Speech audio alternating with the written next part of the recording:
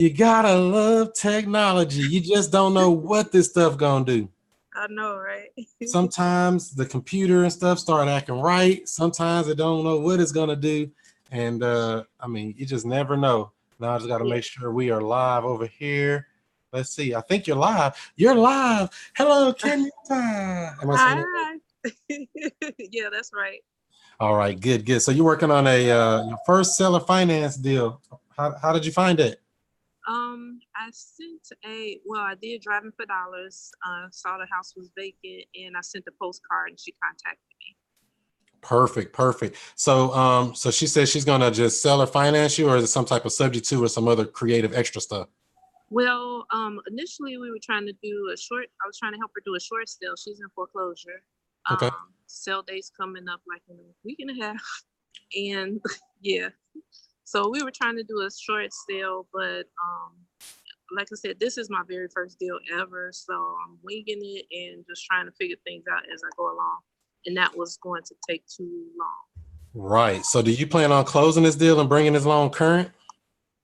So what I'm thinking about doing, someone suggested that I find a tenant buyer to put down whatever down payment I get. That money I was going to use to bring the loan current, and then take over the mortgage. I'll take over the mortgage from there. How much is she in arrears? She's in arrears 18,000. 18,000. So Yeah. what's this house supposed to be worth? 400,000? No. The ARV was about 186,500. Ooh, looking like you're getting tight. Have you tried to do something to try to get an extension from the bank or anything? Just get some more time at least? No, I hadn't looked into that option yet. Because a week and a half out is kind of tight, to be honest with you. Okay. That's real tight. I mean, Okay. to get somebody screen qualified, walk through it. Is she out of the house already? She moved out? She's out of the house. She does still have a few things left in the house though, but she's willing to. She's very close to the area, so she's staying with her mom, so she's able to get things out, moving out quickly, so we can get this wrapped up. Wow. So 18,000 in arrears, that's a lot. Yeah, I So know. what kind of down payment you think you're going to get from a tenant buyer? I was going to ask for 20,000 down. And then what's her, and so what's the monthly payment on the loan? The monthly payment on the loan is $1131. And does that include PITI, principal, interest, taxes, and insurance? Yes. Okay. And then so where do you make money in this deal? The cash flow. So the payment I was going to request from tenant buyer is $1,800 a month. And that's about market rents for the area? Yes. I don't know. I mean, it's a tight one. I mean, I guess it could be done, but in a week and a half is pretty quick, to be honest with you. Yeah. And then, I mean, so you're attempting to buy this house subject to, right? Is that correct? Right. Well, the person I've been talking to, I was originally going to JV the deal, but since the short sale, things kind of fell through, she suggested I try and do seller financing. So I don't know, is seller financing the same? Seller finances, all of it is seller financing. It just depends on if the seller has a loan or not. They have a loan in place, so you will be buying this either subject to existing financing or on a wrap or a wraparound mortgage, what they would call. But I mean, the biggest problem though is 18 grand coming down. I don't know. I mean, in a short time too. I mean, it's not saying it's impossible, but I mean, that's an uphill battle like a mud. Yeah. So I placed the Facebook ad out there last night after she suggested that, just to see if I get any fillers. I got about 10 people that's responded so far. Do any of them have 20,000 to put down or 18,000 to put down? That I don't know yet, because once I started getting responses, I was like, oh my gosh, I actually got responses. Now what? Yeah, welcome to the tenant buyer world. Just to let you know, you will be bombarded, and I mean bombed with phone calls, emails, text messages. Hey, that house available. So much stuff. So you got to have a system in place to catch all that stuff. Just to be honest with you, because I mean, you probably just got a little sliver of it, but I get bombarded. My phone's going off right now. But that I have a number dedicated to do nothing but go for tenant buyers, and it goes straight to a voicemail. Gives them basic information about our program. Doesn't say anything about numbers or anything, but basic. You know, a down payment is required, stuff like that. So you want to kind of set up something to catch that stuff, because you will be overwhelmed. There's not enough time in your life to answer that phone every 5 minutes like that. Makes sense. You will pull your hair out messing with that thing. So I would definitely, I mean, if possible, you know, either set it up to go straight to a number that's straight to a voicemail, so you can at least get the information to call them back when you can, or either, you know, and that's just something for long term, just even after this deal, just dealing with tenant buyers. They need their own special world. You know what I mean? It's a special person. One of the people, you know, that I study from and stuff, they call it a penalty box buyer. You know, this person, they probably got good money, but they just don't have good credit, or they work off of a W-2. They only work off 1099 only. And so they can't necessarily qualify for the loan or anything. They just got money. And there's a lot of people like that. And you're going to run into a lot of renters as well. They're like, oh, I just want to rent it. No. Right. You ain't doing no rents. So, I mean, I would definitely set up something to catch those people. But as far as this particular deal, 18,000 down, I don't know. I mean, you need some more time from that bank, just to be honest with you. Yeah, I would contact the bank, see if they can at least give you some more time. You know, you're working on it, even though you can't necessarily do the short sale. Why do they say no to the short sale? Well, they started asking me for a listing agreement, HUD one. I guess like a lot of documents that a realtor would necessarily draw up, and because I was looking for, you know, a cash buyer to purchase it, I didn't have those agreements, those documents. So. Okay. And what you said she owes how much on it again? The entire amount that she owes on it, $180,496. $180,496, and you say it's worth about that much, pretty much, right? Close to that. Right. Yeah, she has a lot of fees and everything, you know, that's been tacked on. That's bringing that amount up. Yeah, there was a lady. I don't know what's this lady's name. She was on Maxwell's podcast the other day to do these short sales. You probably need to reach out to her, to be honest with you, to see if, because you need somebody that can deal with the short sale process. And evidently, when you see they told you need this, and this, she was like, I can't do all of this. You need some professional help. That's one exit strategy you can try to do to still get the short sale approved, but you need somebody that can handle it. And I'll send you her name if I can't find after this thing. I can't remember her name offhand.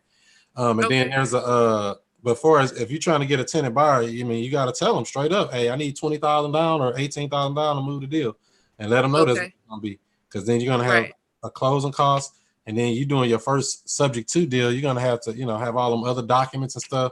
So you're gonna be buying a house, correct? Right, I'll be buying it. You'll be buying it in your trust, right? No, because I'm still a newbie and I ain't even got that set up yet. Yeah, you got a lot of stuff going on here. I know it's a lot. You trying to? Yeah, you got to get into. You got to, you know, and you know the reason for to put it in a trust, correct? Yes. Is to avoid that due on sale clause. So you know, I mean, I don't know. This is kind of tight, and I would really, you know, with this amount of time, I would first be trying to see if I can get some more time from the bank. Okay. Do they already got a sale date? Yes, June 4th. What bank is that? Loan Care is the mortgage company. It's a VA loan. Loan Care. Yeah, I've never dealt with them.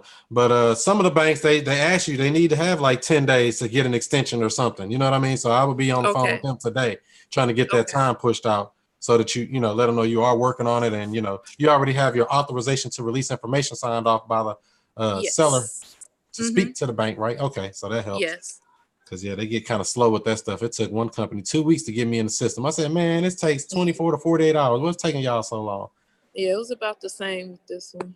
Yeah. So that would be the first thing, is try to get some more time on it, because, I mean, with this short notice and then really not knowing exactly how to do it, it's going to be tough, you know. And with that much in arrears, I mean, it's 18,000 is not, I mean, I did it on my first subject to deal. I got 21,000. but Okay. it took me about 8 days. You see, Okay. but I don't know, that's not necessarily typical to get that for, a house on short notice right now. Everybody move quick, and I don't even know how to do the rest of the stuff. It's a lot of moving parts. You know what I mean? Right. On a short notice. That's why I typically tell people that's new to not necessarily even go for pre-foreclosures. I mean, it's cool for the experience, but it can be overwhelming, as you see. It is, yes.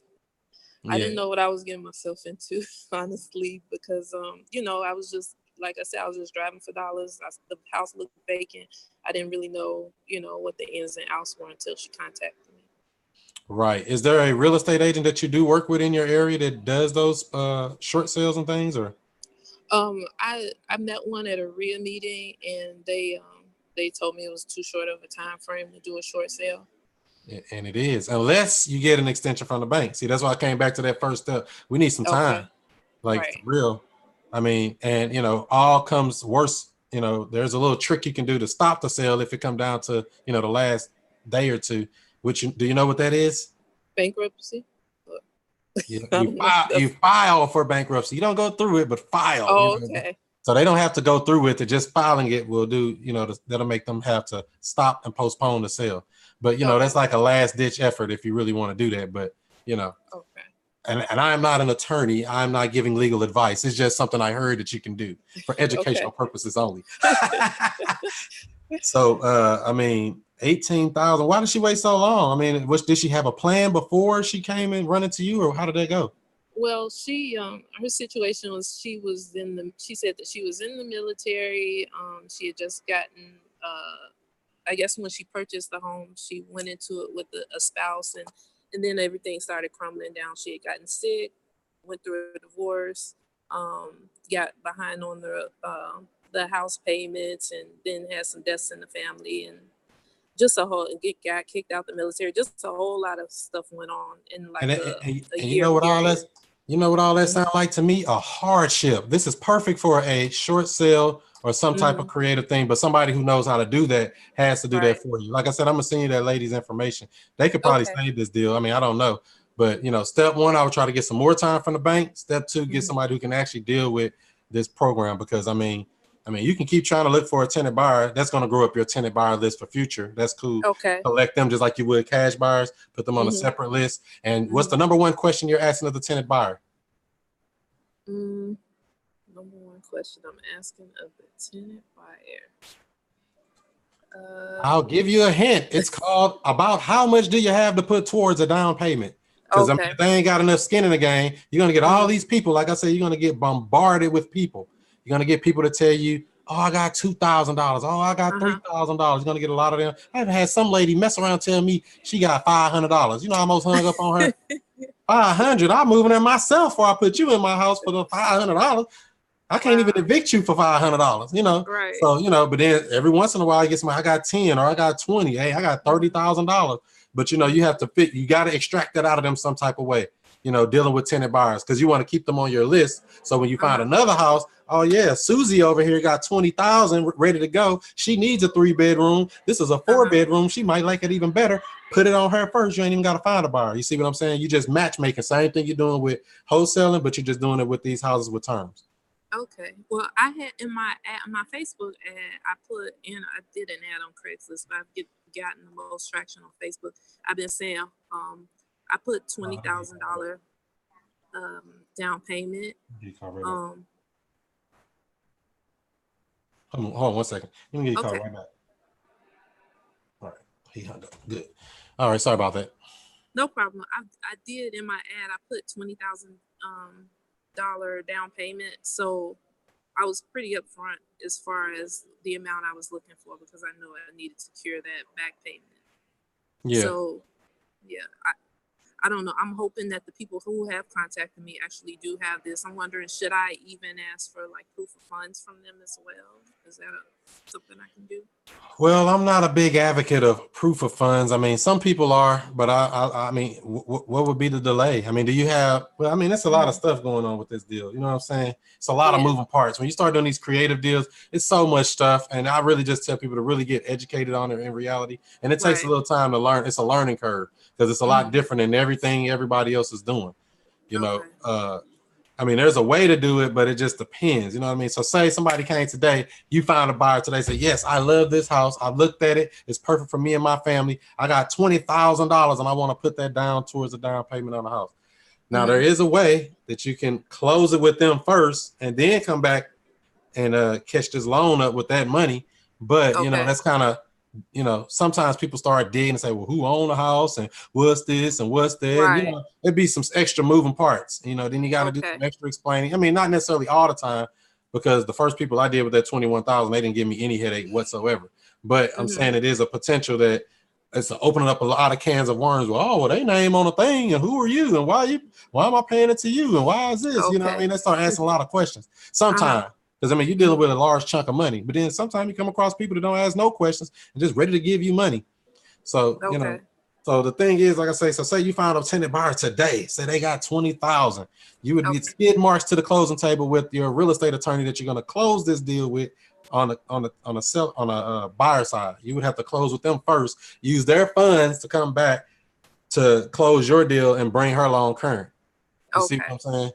Right. So, I mean, but it's so tight, you know what I mean? It's just a real tight deal. And so that's why I always came back to that first step is try to get some more time from the bank. Second step, I would say, look for someone either in your local area, or I'm gonna send that lady's number that can actually deal with this short sale. Cause this person is definitely a hardship. They got military, they got deaths in family, all that crap you just said off, all that stuff is red flags that hardship, this should be a perfect candidate for a short sale. But I'm not a short sale specialist, but, you know, from what I've known and experienced and watching stuff, these are all reasons why they should, you know, work with them. Okay, got it. But you're going to have to get some more time from them first, some kind of way.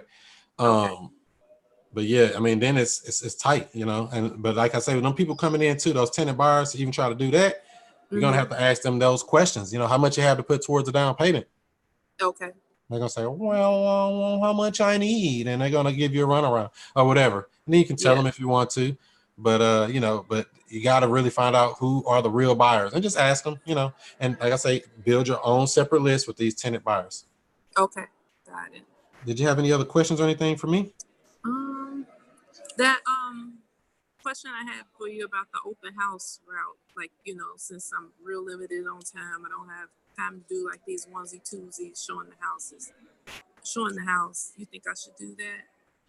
Well, with this short amount of time, I mean, you can, but what I do, I always get a lockbox. In fact, I have multiple lockboxes. Any property that I own or control has a lockbox on it, and I really don't show properties. I'll send them over there and take a look at the property with the, you know, I make a couple copies of the key just in case they lose it or lock it in the house or some silly stuff. But I always try to send it out like that. But with this, you know, so there's two answers. One, do it that way, the lockbox way, or two, a 1 hour open house, which is usually on like a Saturday or something, or a Sunday from 2 to 3. You know, you just got to market and promote it. Yeah, we're going to have this open house. And then that kind of creates a buyer's frenzy, and they all come, and you got to be able to handle that though. The only thing when you're doing this open house, you're going to need some help. You can't be there by yourself. You got to have somebody else there to kind of help you to process people, because they're going to come in, they're going to want the house. They're going to have questions. You know, then they're going to want to fill out, you know, you want to have some documents for them to fill out, basically saying how much do you have to put towards the down payment? How many bedrooms do you want? What particular area you want? Because you're collecting information for future deals. Like I said, you only need one buyer, but you still want to gather your information from people that are potential buyers, because you might not have one for them now, but a month from now, you might find another deal. Say, oh yeah, Mary Ann wants this house, or she wants some over in this area, and she got 10,000. This is a perfect candidate for this, because I'm getting this house for $2,000 in back payments plus closing costs. Because that's the other thing. Somebody got to cover them closing costs too on this deal. That's why I say you're probably gonna need $20,000 down. I don't know. You know what I mean? Yeah, that's what I'm requesting, 20 down. Did they tell you that's what it's gonna be, 18,000 just to catch it up to make it current, or that's what they said it's gonna take to stop the sale? Both. That's both. That's the reinstatement figures. Wow. Okay. So that makes sense. So so that's, like I said, it's two ways to do that thing. 1 hour open house, that's one way to do it, but you're gonna need some help and some good systems in place, or get you a bunch of lock boxes. And when you get a house like this in the future, get you a extra copy of a key, put in a lock box. You know, when you screen the people on the phone or whatever, how much you had to put towards a down payment? Oh, I got about 20,000. Okay, well, did you want to take a look at the house today? Yeah, boom, go send them over there and look at the house. I don't just send random people over there though. I kind of have to screen them first before I just send them to a house, because I'm not dealing with no $500 people, like I said earlier.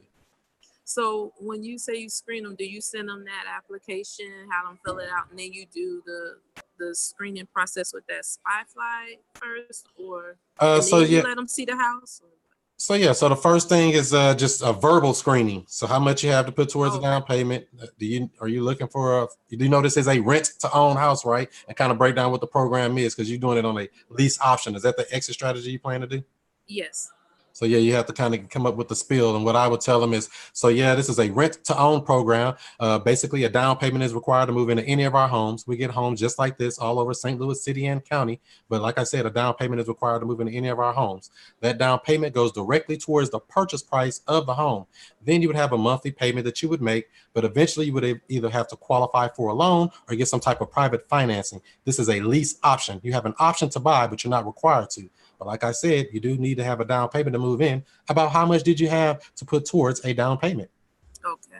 Something like that. And then they will say, oh, I got this much. Great. All right. So did you want to take a look at if they say a number that is reasonable? You say, yeah. Did you want to take a look at the house today? Or when did you want to see it? You know, or work it out from that point. Okay. And then that phone been blowing up. Boy, I get on this thing, this phone start jumping.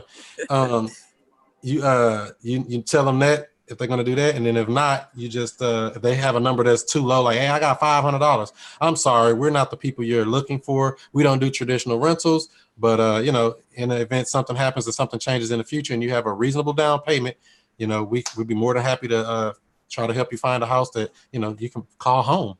We're trying to make homeowners. We don't do rentals. Got it. Okay. Or something to that effect. And you'll develop your spiel as you know you go through it. So that's kind of how mine go. Okay. Cool. All right. Did you have any other questions for me? Nothing. So as far as my paperwork, I already have my purchase and sale contract with the seller, and so now I need to get a lease, and then also like an option paperwork as well, like an addendum to the lease. So yeah, so basically when you're doing a lease option, you need two documents. You need a standard lease, and then you have a option agreement, two different things separate, because you want them separate. So in the event a year from now, 6 months from now, whenever they decide not to pay, you use this paper to evict them out of the house. You can get them out of there pretty quick, depending on what state you're in. You can get an eviction person out quicker than you could a foreclosure person. So that's why we do it separate like that. And I do have those documents as well. I don't know if you have them already on wokerealestate.com. I have all that stuff broken down for lease options, for subject to paperwork, for standard wholesale deals, whatever. All that stuff and more is at wokerealestate.com. Okay. All right. And then did you have any other questions? Nope. One other quick question. I'm sorry. Come on, one more quick question. Make sure it's a good quick one. No, I'm just messing with you. With maintenance, I've seen people do it various ways where like they say, okay, tenant buyer is responsible for everything. And then I've seen some say anything under 500, they're responsible for, and then anything I guess above 500, I would be responsible for it. Does that which way do? You make them responsible for everything? Well, our program, remember, you have to develop this program. This is a program that you create. So it's whatever you want it to be. This is how our program works. The tenant buyer is 100% responsible for the maintenance and repairs of the property during their term of their stay. And it says that in black and white on the paperwork when they close it with an attorney, with the real estate attorney. 100%. Okay, got it.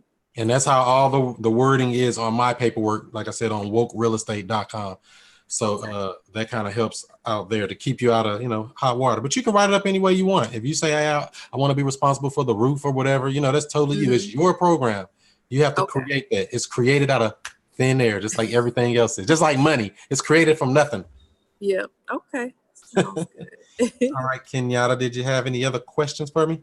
Nope, that's it. Thank you so much. All right, glad I can help. For those watching here on YouTube, make sure you give it a good thumbs up. Follow me on all social media outlets at Chris Monroe STL. That's Snapchat, that's Twitter, that's Instagram, that's Facebook, that's everything. All the social media at Chris Monroe STL. And that's the website as well, chrismonroestl.com. So do what you do, be who you be, and I'll see you before you see me. Peace out. Bye.